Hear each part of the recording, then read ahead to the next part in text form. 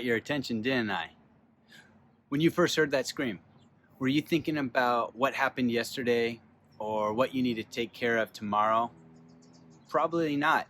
You were completely in the present moment. You were mindful. Profe Martin here with RB The Change, bringing you some mindfulness and self-reflection tools to help you live a healthier and happier life. In recent years, we've heard the term mindfulness thrown around a lot. But really, what is that? In this video, I'll explain what mindfulness is and what it is not, why it's beneficial, and when we should practice. Our lives are filled with stressors. We see a pandemic, we see wars, we have social media telling us what we should wear, how we should act. We have an uber competitive academic and athletic environment.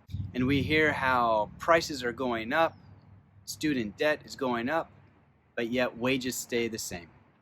As a result of these stressors, we worry about things that have already taken place. We worry about those things that may come in the future. We're not in the present moment. And when we fixate on the past, we find ourselves often depressed. And when we fret about the future, we usually end up becoming anxious. In order to minimize the chance of us feeling depressed or anxious, we need to begin practicing living in the present moment. Rather than having a mind that is full, we should start practicing being mindful. So mindfulness is simply the practice of embracing the here and now with kindness and curiosity.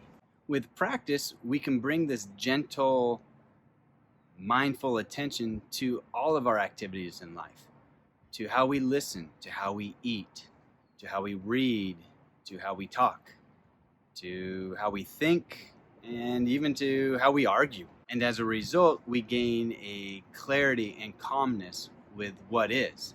And instead of our emotions controlling us, we control our emotions. Mindfulness is not religious.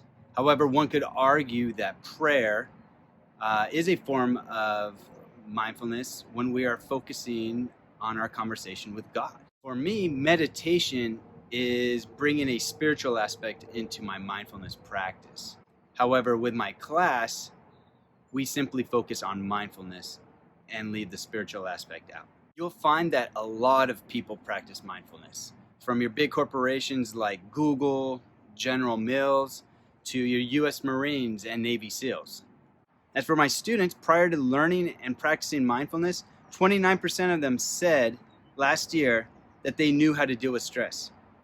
But after a quarter of learning and practicing mindfulness, 74% said that they knew how to deal with their stress. Of the several mindfulness techniques that I have already presented to you or will present to you, find one or more of them that resonate with you and make it a point to practice. And we can practice mindfulness at the beginning of the day, at the end of the day, both. You can practice it before quizzes, before tests, before any stressful situation.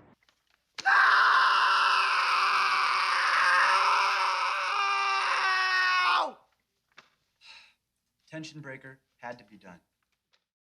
We can practice it, before or after a difficult conversation, after an argument. We can practice it anytime. And as a result of consistently practicing mindfulness, we will become more aware of the world, those around us, and most importantly, ourselves. So I encourage you to come back later and see additional videos that I add with different mindfulness techniques that might suit you better than others. If you found this video useful, let me know by either liking it or leaving a comment, and be sure to follow RB The Change on Instagram. Now go and enjoy this beautiful moment and this beautiful day. Thank you.